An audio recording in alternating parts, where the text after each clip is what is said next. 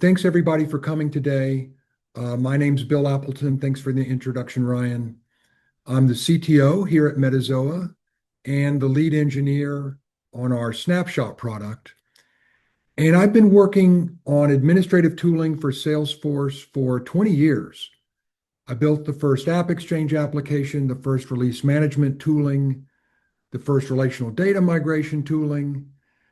And you can kind of see the direction it's all headed in. And really, the destination is getting clearer. It's all about org transformation.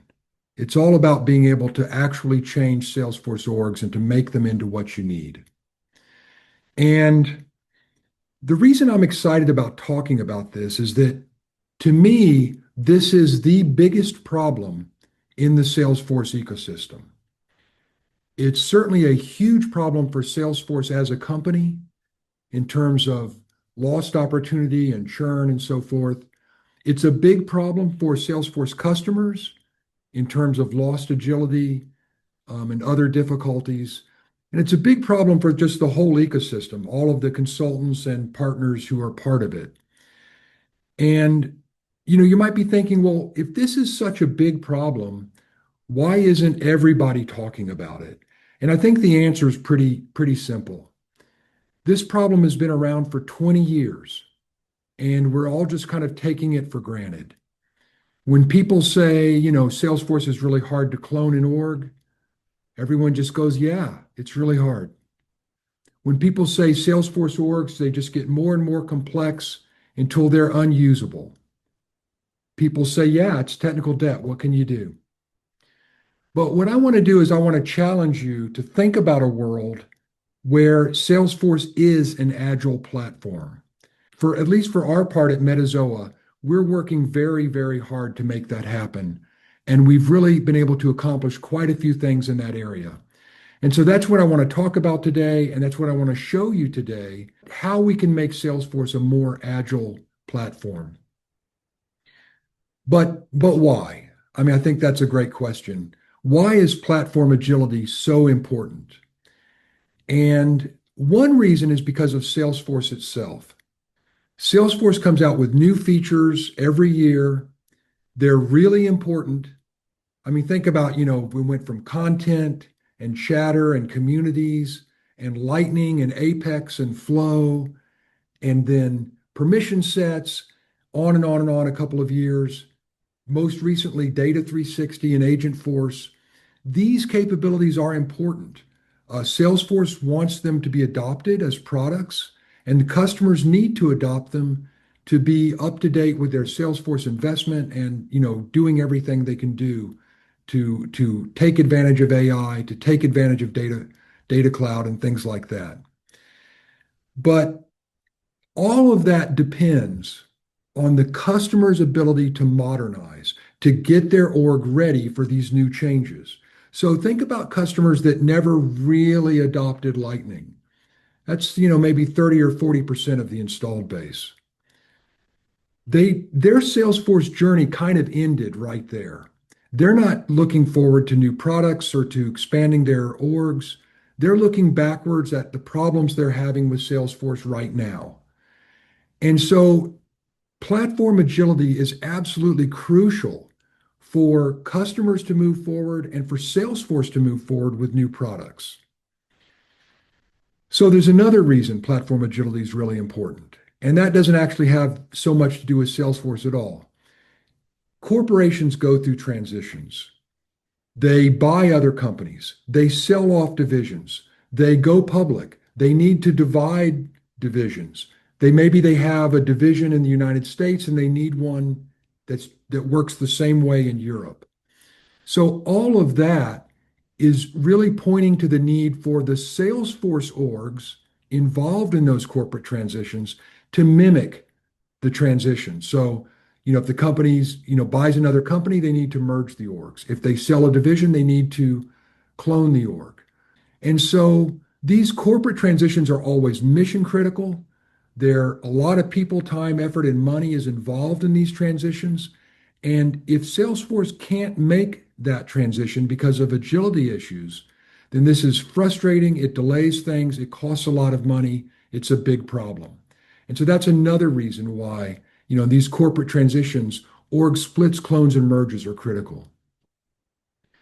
So another thing that just goes without mentioning is technical debt. A lot of Salesforce orgs are getting older. It's like a big dirty snowball rolling down the hill. It just gets bigger and dirtier until the agility is gone and they can't really, move forward anymore.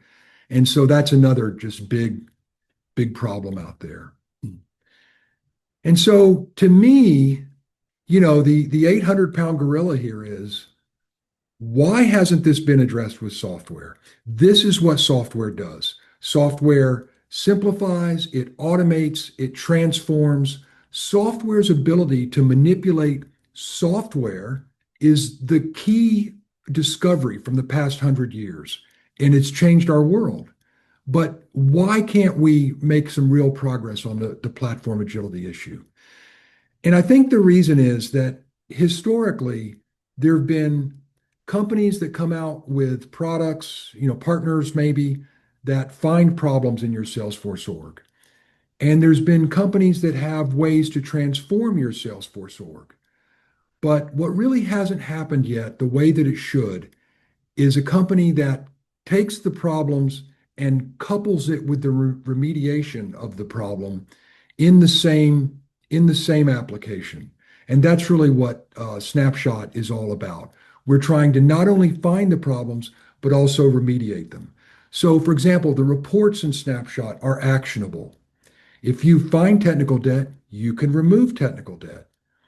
If you find an inactive user connected to your org in multiple ways, you can disconnect them. If you find your permissions and they need to be re-architected, you can do that and deploy them in Snapshot. And so that's really what we talk about, being actionable. And that's the big difference between Snapshot really and everything else is you can change it. And we've gone even quite a bit farther than that now with some really great enhancements to our deployment technologies and our data migration technologies that are all about org transformation and platform agility. So what's happening at Metazoa is we're getting more and more involved in large org transformation projects. And when we get involved in those projects, we learn a lot of stuff. And we take those findings and we put them into our Snapshot product. And it's really, over the past year, gotten much, much better at org transformation. And so I feel like I've been at the front lines of some of these projects. And so it's exciting to come back and to tell you what we're finding, what we're doing, and the changes we've made in Snapshot to really enable platform agility on the Salesforce platform and make it a lot easier for you to make your Salesforce org into the thing that you need it to be for your business priorities and your use cases. So I've divided up this little talk into three kind of areas. We're going to look at metadata, we're going to look at data, and then we're going to look at AI. So metadata deployment is using the metadata API is really the main mechanism we have to changing all of the customizations in your Salesforce org. And when that deployment is returning errors, then you're being stopped. Now there's three main types of errors that the metadata API will return. And the first one is the most important. It's dependency problems. So if you're trying to deploy asset A, but asset A has a reference to asset B, then asset B either has to be in the current deployment or on the destination org already. If you try to deploy asset A without asset B at all, and it references it, then the metadata API will say, you can't do that. Where's asset B? The second type of error is what I call a format error. And so believe it or not, some of the metadata in your org right now probably can't be deployed. And that's because something's wrong with it. So here's an example. If you have a validation rule that is inactive, that refers to a field that's been deleted, that object cannot be deployed until you either delete the validation rule or recreate the field or something or fix the problem. So that's what I call a format error. And the third type of error is a configuration error. And that's where the two orgs that you're moving between are just too different.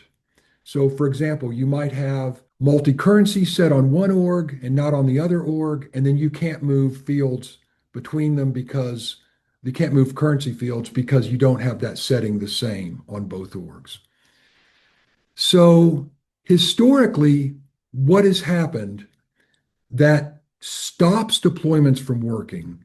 And let's just consider like a large engagement where a global system integrator is trying to clone an org, is that they the dependency errors cause the deployments to get very big because A depends on B and B depends on C, which depends on D, which depends on 500 other things.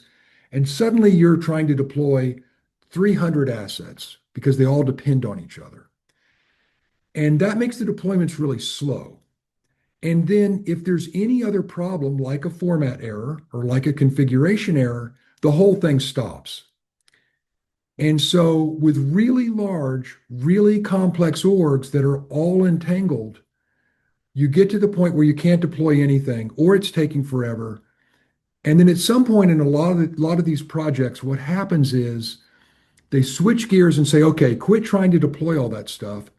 Let's just rebuild a new org on the destination that is as similar to the existing org as possible. And then basically they're waiting for the customer to run out of patience, time, or money. What you want to do instead is to build an org that has metadata equivalence and that using differencing tools, you can tell the difference between every metadata change. So the my domain will be different. Some of the URLs for your communities will be different. Your usernames will, the user emails will be different. Maybe the usernames are different as well. But what you've got at the end of the day is a pure clone of that org. And then your user acceptance testing and everything that happens after that is dramatically simpler because you've straight up duplicated the metadata aside from known differences. And so this has been kind of the problem with org clones. And so we've invented something that really makes a big difference here, and it's called shell assets. And what shell assets are metadata assets that look just like the normal metadata assets you want to deploy, but they have no dependencies at all. And so you can deploy them all because they have no dependencies. They can be deployed almost anywhere. And then once you deploy them, the destination namespace of the destination org is now populated.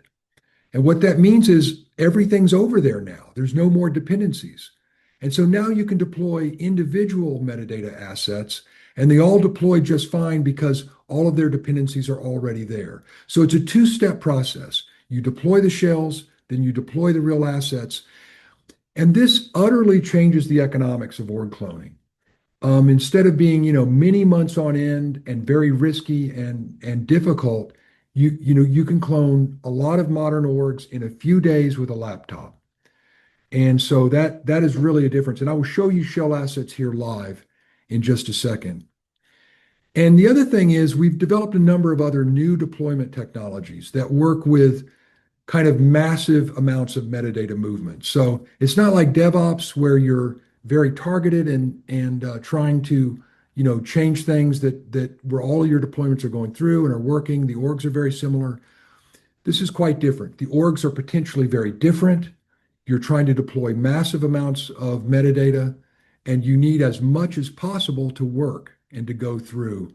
And you're going to move very quickly because in a big org, there could be, 50,000, 100,000 metadata assets that you need to move. So let me show you some of this live. So first I said I would show you shell assets. This is what that looks like. This is a developer project that has a local folder full of shell assets, and you can, when you go into the project, you can fill it with shell assets from any org. And then when you go to deploy,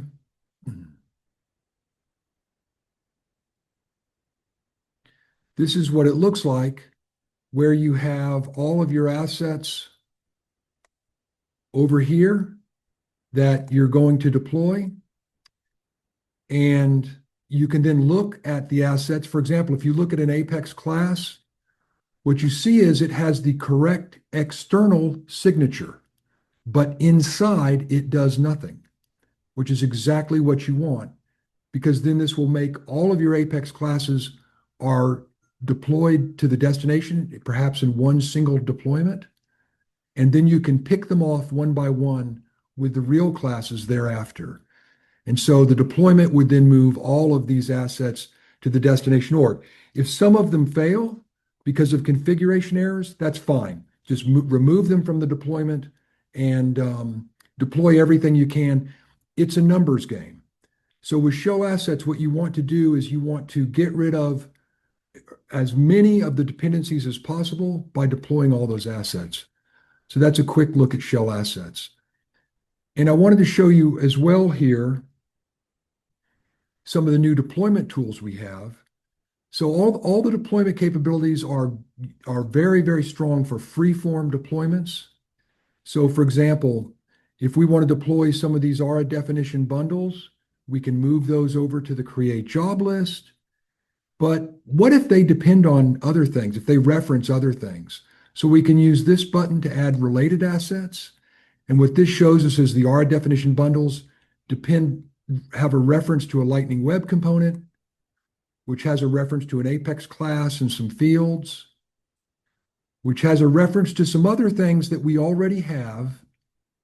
And that's the end of the deployment boundary. And you click OK, and it brings all of those things in together. So then this deployment is guaranteed to work because you have the assets and all of the dependencies as well. We're not going to delete anything today, but now we can come to this screen and we can either do a test deployment or a real deployment. And let's just do a validating deployment here.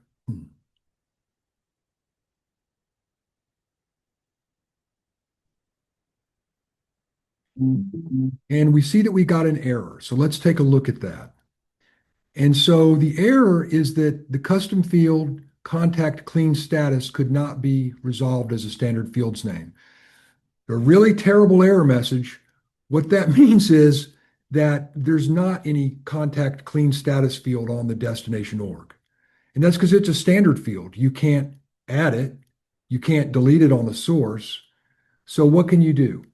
Well, it could be that it's a configuration problem and you can go to the destination org and check a box and enable that field to exist. It could be that these orgs are just really different. It's like an enterprise org and an unlimited org, or there's some special product that you've bought that enables this field. But one of the things you can do is you see we have this error correction palette. And one of the things it has is the ability to bring in AI. And so this will explain that error message for you, given the XML, given your create job list, and given the documentation for that particular asset. So that's really helpful. But another thing you can do, let's say you had 1,000 errors. You can deal with them all here in this palette. You can say, just remove them from the job list. And what that does is it'll hunt down every one of the assets in the job list that caused the error. So this is great for org clones.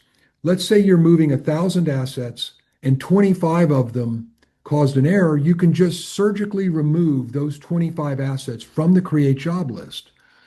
Or let's say that those 25 assets depended on something else. You can add those dependencies.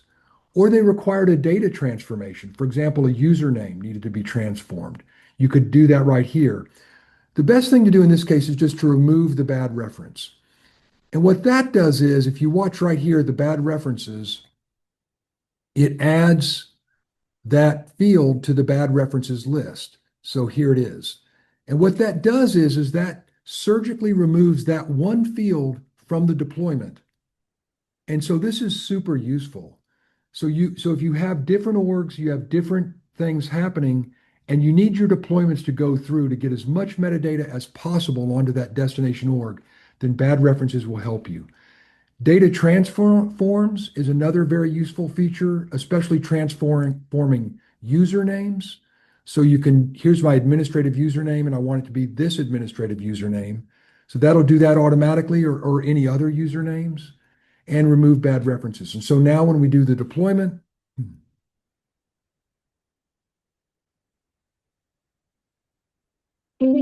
it'll all go through because we've removed the bad parts, we've transformed other parts, and we've cherry picked the right dependencies here as well. So I wanted to show something else while we're at it. One very important technology for org transformation and for understanding the structure of an org that allows you to perform transformations is impact analysis. And so we've spent about 5 years building a custom API for impact analysis. Now, a lot of people out there who talk about impact analysis are actually using the Salesforce dependency API. This API covers about 50 metadata types, and it covers about 80 different relationships between those types. We've put a lot of effort into building a custom API for dependencies that covers all 350 metadata types and has over 1,500 relationships. So it's a gigantic order of magnitude more complete. It took years though, and we had to do things like write an Apex interpreter, things like that. But it's very complete. We find a new dependency, I would say, once a month. So we're very near the end of an absolutely complete list of every Salesforce dependency. And so let me show you how this works. You can select any metadata type. Let's select a lightning record page. Those are kind of famous for being opaque, for having a lot of detail, and it's hard to know what's in there.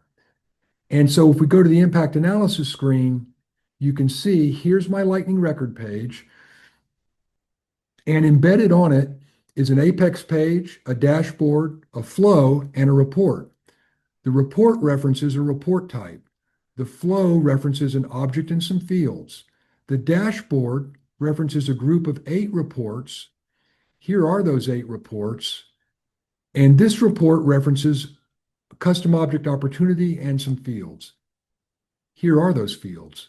So now the question is, how does, for example, this field appear on that lightning record page?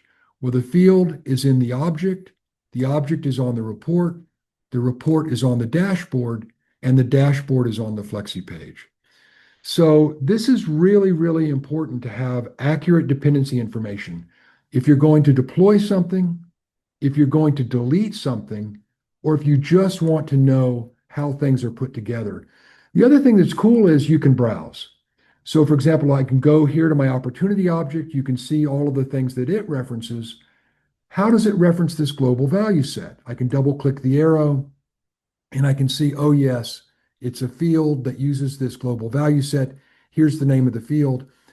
And notice this, as I mouse across these different XML elements, every one of them is defined by my tooltip, the yellow tooltip there in the center of the screen. And so what's happening there is that Snapshot defines all metadata XML, all 27,000 elements. And we also define all of the different metadata asset types. So Snapshot is like a dictionary. It informs you as to what is defined no matter what you're looking at. And not only that, we can inform AI, which is probably even more important. So for example, let's say you wanted to look at this Flexi page and say, what does that thing do? You can go here and explain it. And when you explain it, that brings up AI again. And now the documentation is automatically generated for you because we have all of that information about a documentation API for metadata. And in fact, your metadata notes here are your business use case information, your business process information. And so when you combine all of that together with the correct prompt, you've generated the context to beautifully explain this Flexi page, explain exactly what it does, and tell you what it is. And throughout our product, you can explain assets, you can explain reports, and you can explain errors. So that's really what we're doing with context engineering, which I'm going to talk about here in a second. All right, that just shows some of the interesting new things happening with metadata. Let's talk about data. So shell assets have kind of changed the economics of org cloning. Data is still a lot of work. And we've done a lot of things to make it easier to to migrate massive quantities of data, but you've got to set it up on multiple computers. So let's get into it. So first, the bulk API. The bulk API you may be familiar with when you use the wizard and set up to like create leads or to import contacts. That's the bulk API it ends up going to. The problem with the bulk API is once you have more than about three people using it, let's say four people, five people, the jobs start to stack up. It can really only run about two or three jobs at the same time. And so that's a problem if you have a super active bunch of people trying to use the bulk API. The SOAP API, however, can be used by up to 25 simultaneous long-running transactions. So that's much better for large data migration jobs.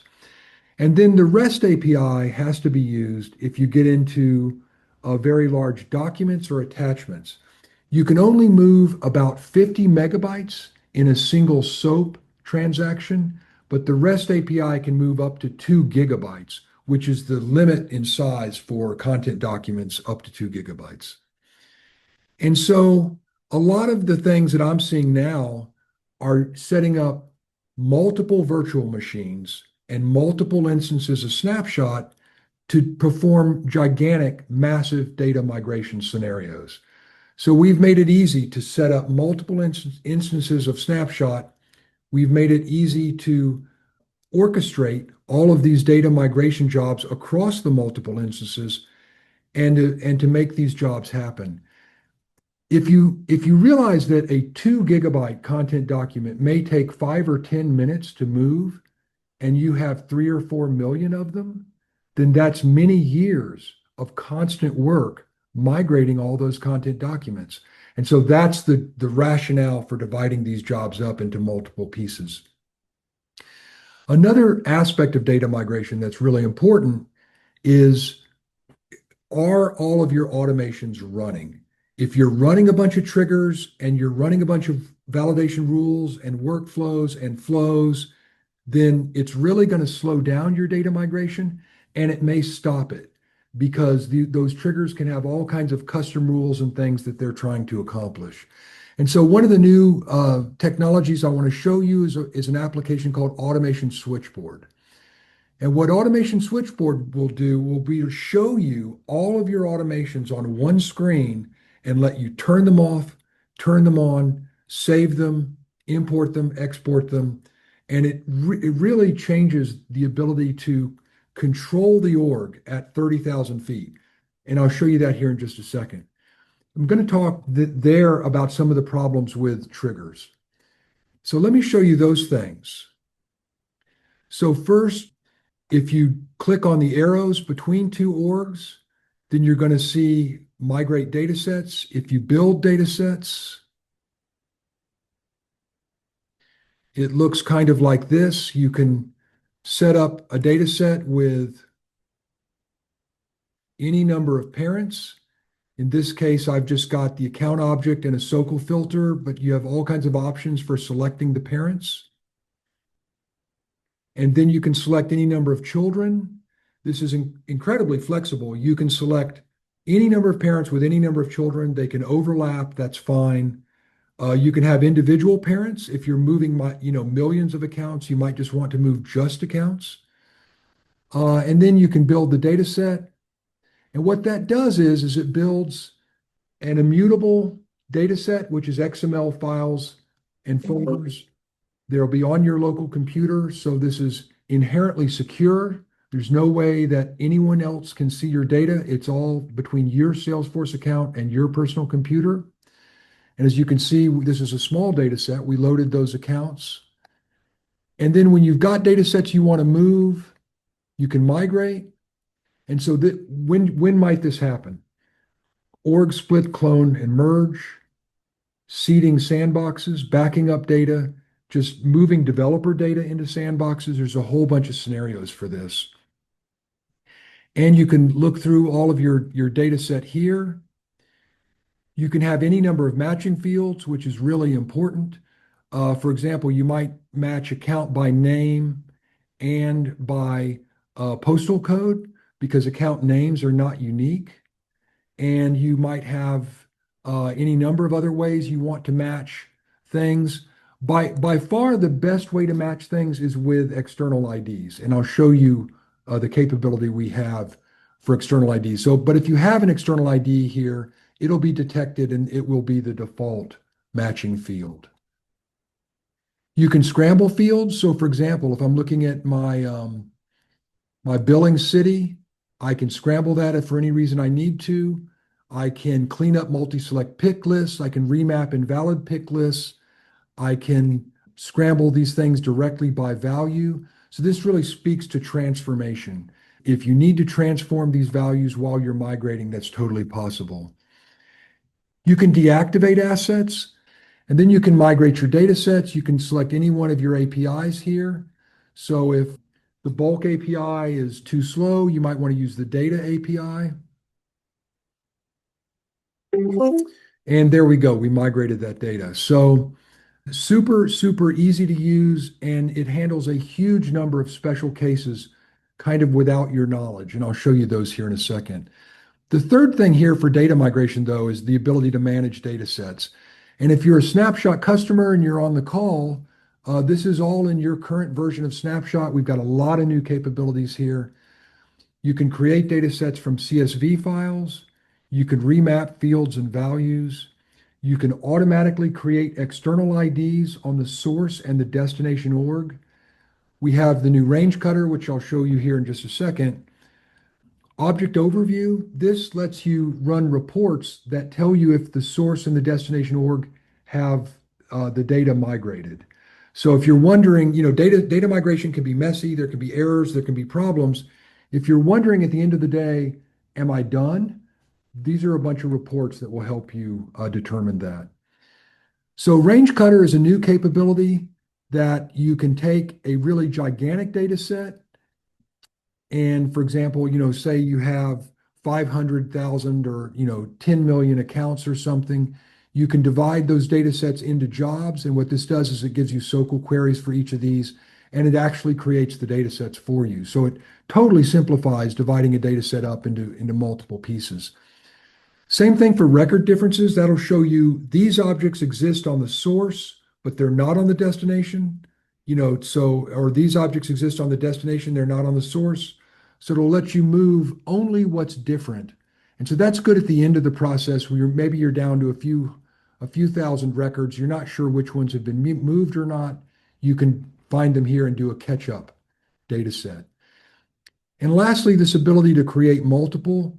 This lets you enter a spreadsheet in right here to import the spreadsheet. And the spreadsheet can then list any number of objects, and it automates the entire thing. You can create thousands or, hundreds of data sets and move all of them. So that's a really important capability. All right, so a lot of effort has gone into making data migration a lot more powerful and a lot more robust for some of the biggest scenarios and some of the biggest use cases. I do want to show you, though, automation switchboard. So this is a really cool report. You can look at all of your automations, your triggers. Get you some more room here. Your approval processes, assignment rules, duplicate rules, everything, record types, required fields, restricted pick lists. These are all things that happen when you move data, when an object is created, updated, deleted, so on and so forth. These things automatically happen. That's why they're called automations. So one thing that's super useful is you can just check them all, go to the display report tab, and you get a big report on all of your automations. And on a big org, even things like triggers, approval processes, assignment rules can be really big of a huge number of items, but you kind of get a sense of it here. And so what's great about it is not only can you do that, you can also come in here and do that report by object. And so I can say, look at my account object. These are the triggers, the flows, the record types, everything that impacts, that does stuff to my account object when I change it, restricted pick list, validation rules. And you can report on that for all of your objects, however you want to do that. The other thing you can do is you can turn all this stuff on and off. So for example, these flow definitions are active, you can make them inactive. And you can say deploy that, and it'll say there's 2 inactive switches to deploy. So you can export your switches and import them and then deploy, and it makes it super easy to turn on and off all the automations in the entire org.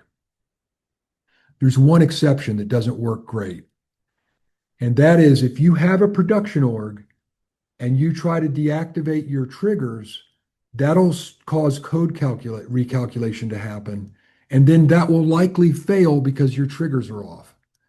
It's kind of a stupid situation. It's worse if you have managed packages that have triggers that you can't turn off.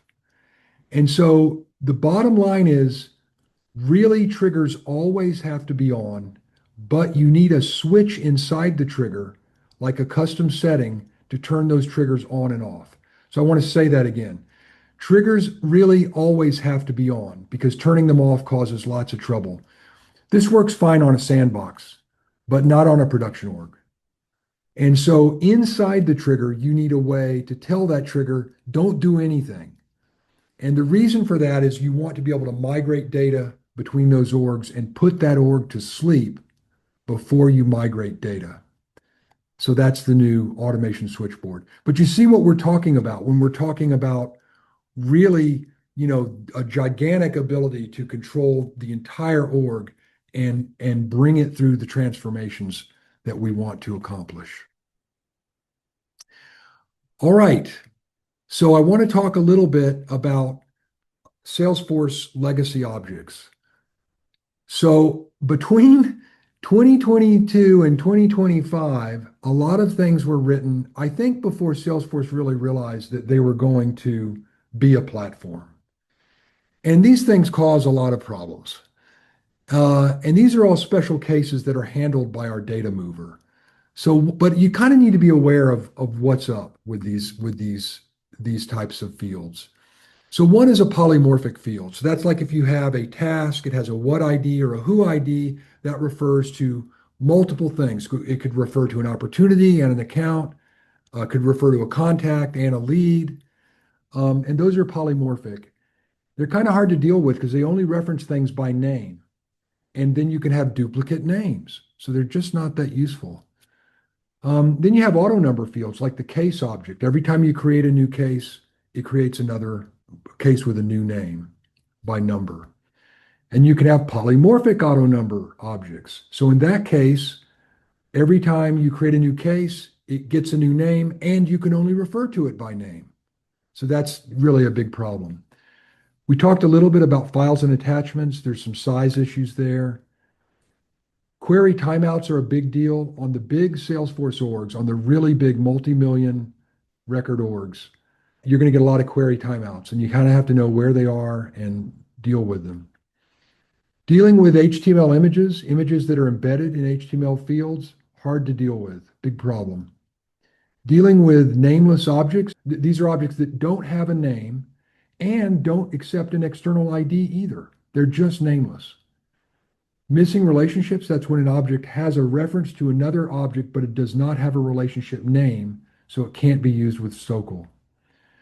Communities combine a lot of these issues. Feed items, topic assignments, case assignments, feed attachments, feed comments. These are all any combination of those problems I just mentioned. One big way to fight this is with external IDs.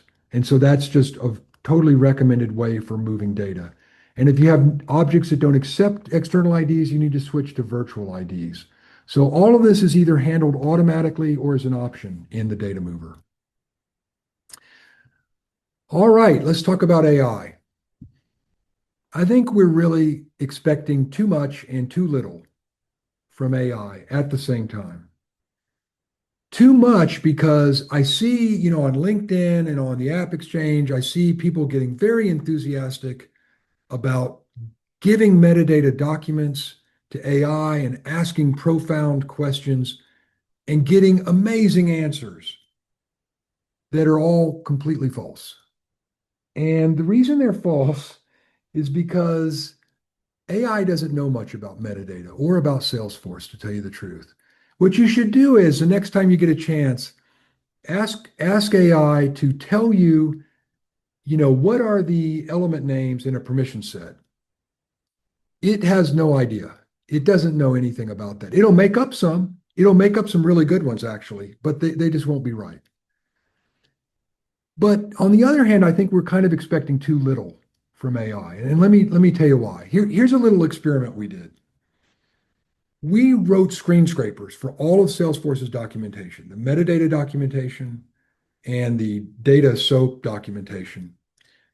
And then we compared that with the enterprise WSDL for metadata. And we compared that with the actual metadata XML that's returned by the API. And what we found is about 2,000 errors. So either if you assume that the actual XML is correct, then those are errors either in the documentation or in the enterprise WSDL. So what we did was we used that information to get the right documentation for all of the elements in the metadata API. You saw me using that earlier. And to correct the problems we were finding with the enterprise WSDL so we had accurate schema. And so it's all about context engineering. And so that's what we're doing is we've enhanced all of these Salesforce capabilities and APIs. We're bringing all that together in the context of AI. And if you give AI a puzzle with all the pieces, it can perform miracles. And that's what I mean by too little. If you do all of that and you bring all of that information together, you will get some amazing results with AI in terms of context engineering. We learned something else, though, doing this experiment. What we learned is that Salesforce has a lot of very fancy documentation pages. They have shadow DOMs and they have JavaScript running, doing fancy stuff. And because of that, they're very hard to parse.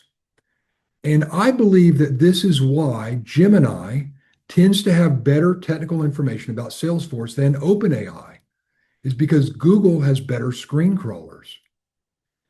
So Salesforce has kind of shot themselves in the foot here by not making their documentation easy to read. And so actually, everyone should be thinking about this. Your documentation should be in text files or something really simple because humans aren't going to read documentation in the future. Agents are. And they're going to read the docs and they're going to explain the problems to the humans. And so that's what we're doing with our docs now, is coming up with simplified ways to explain what all the reports do, explain what all the documents do. Which brings me to Intelligent Assistant. So we wrote one 3 years ago. I didn't like it. We adopted MCP and used Claude Desktop. There's things I don't like about that. Version 3 of the Snapshot Intelligent Assistant is on the way, and it's totally in context of everything you're doing. It's literally there on the side of Snapshot at all times, helping you with every aspect of the product. It knows everything Snapshot can do. It can click on the screen if you want it to. You can be looking at a report. It can dive inside the report and fetch the metadata behind the report right out of the snapshot. It's just shocking what this thing can do. And so I think that's, the too much, too little dichotomy. Give that agent everything they need and they can really, really, really help people. And it'll be really interesting to see that roll out here in a couple of months. So one thing we're big believers in is prompt automation. And so prompt automation is where you get a prompt working on some metadata and then you apply it to all the metadata. So one example of that is description enrichment, where you can generate descriptions for your entire org. There's 160 metadata types with descriptions, and now you can generate them automatically based on your business use case and your context and the actual asset itself. And the other thing is quality. So metadata quality has really changed what we're doing. And it's super important for org transformation because quality issues are really the next step after technical debt. Technical debt says, is this being used or not? Quality says, should it be used or not? And so metadata quality is really important. And I just wanted to give you a really quick demo of metadata quality. So one of the reports I really like is actually called metadata quality. And what you can do with this is, with any of these metadata types here at left, you can select one. Let's look at email templates, for example. And these heat maps show that there's spelling or grammar errors, broken merge fields, tone, clarity problems, branding or voice inconsistency, obsolete encodings, missing accessibility or privacy elements, non-standard naming or labeling. So what we're doing is we're looking at email templates, we're generating these heat maps with AI, and then the heat maps are not quantitative in nature, they're qualitative in nature if we want them to be. And so you can look at all of the qualitative things that you care about based on your business use cases and your business processes. And so if you look at you just check whatever you care about over here at left, and you go to the display report tab, and you can see the quality roll up of your entire org based on, the issues that you care about. A dashboard here's that's pretty amazing. And those are the quality issues in your org on a single chart like that. And you've got summary tables as well. And so not only can you judge the quality, but you can also evaluate the issues and change the prompts and add your own prompts and make this to be, however you want to evaluate them. And then it also has the ability to remediate. And so if you remediate, it'll rebuild that particular email template or Apex class or whatever based on the quality issues that you found. And then you can deploy that as well back to your org. So all about org transformation. All right. Can we answer any questions, or are there anything anybody would like to know? Awesome. Yes. Thank you so much, Bill. We do have some questions. Um, so someone asked, are you doing anything with Salesforce CPQ to Revenue Cloud or Salesforce billing to Revenue Cloud billing? Not yet. Another frontier in the transformation war is Viva Life Sciences. But that's a great example of a complex transformation.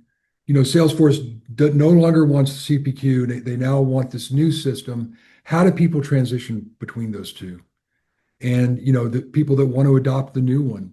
It's all about transformation. And that's a case where, Salesforce's adoption of this new product depends on transformation, and then the customer's ability to use it as well. So it's very important. Awesome. And we've got a few questions in a row. In case I need to make a clean copy of my prod org, does my data leave the org? I.e., does it pass through external servers for data processing? No, Snapshot is a desktop application. So it's your computer, your network, your team, your Salesforce orgs.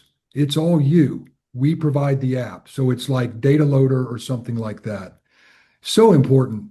People who try to embed administrative tools in Salesforce are just doing the wrong thing. You really want something that's outside of Salesforce that can, if you look at our reporting, it's like auditing. It provides oversight. So we're using the API stack to look at your org, which is generated with a setup menu. Awesome.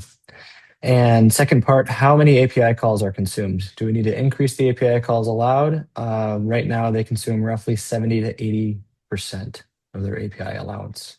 Wow, that's a lot. We don't have a lot of trouble with it. Customers aren't reporting that they're running into their API limit, but that person might be. That's a lot.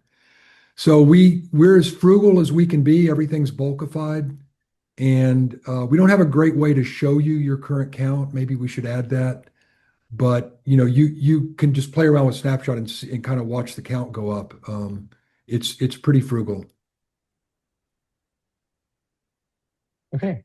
And does your tool make sense for small or medium enterprises? If not, can you please share some high-level guidelines for which we could consider your tool?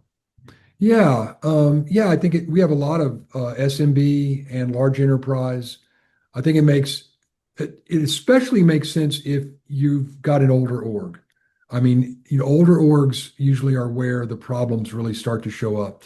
It especially makes sense if you need to clone your org. Just because you're a medium-sized company doesn't mean you might not need to clone your org.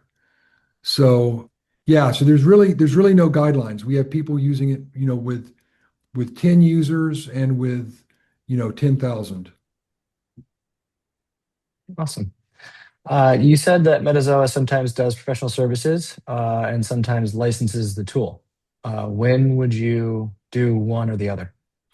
Yeah, it depends on what the customer wants. A lot of customers, they need to do an org clone. They're never going to do it again. I mean, this is a once in a lifetime event. That's a good opportunity for us to do it for them because they don't need to learn all that. They've got plenty of other things supporting the clone, supporting the transition and the roll, the cutover, and all of that. There's plenty of things to do. On the other hand, we talk to some customers that do these things regularly, like banks that are merging with other banks, and then they do need to learn to do it. Another example is sometimes we get involved with situations that are just very complex. I'm thinking of, this division's going public and these two divisions are merging and this thing's being acquired. And the business complexity of what's happening is actually kind of bigger than teaching someone the technology. And so that's a case where we would want to partner with them and kind of let them run the show because it's just too hard for us to figure out everything that's going on. So that's kind of, it's the tail wagging the dog. Is the dog bigger or the tail bigger? And in the case where it's a complex business environment, I'd say I would want the customer to kind of run the show. We have a number of customers who very successfully cloned orgs, though, by themselves. It's awesome. Hmm. Great. What's the biggest roadblock you've seen in these projects that the tool specifically was able to overcome? The metadata dependency issue. That's the thing that brings that's what makes everybody cry after 4 months of banging on the org and not being able to get it deployed over. So that is really big. The other thing is some of the special cases in data migration are just gnarly, really gnarly. And so we keep improving our data migration tooling to kind of to handle everything. And I think we're close. I mean, like I said, the problems are 2020, 2005, 2004. They're back there. There's no new problems. It's all legacy stuff. But every now and then we do run into something new that's back from that era. Cool. Yeah, and we're just at the end of the hour, so that was perfect timing. Like I said, Bill, thank you so much for going through this. This was awesome to see everything. For everyone who attended, thank you so much. We will send out the recording for this once it's ready, and you have the information up here if you want to reach out to us. 14-day trial. If you're already a customer, thanks. Hope you learned something new. You can take this with you. But yeah, thank you so much for attending. Thanks, everybody.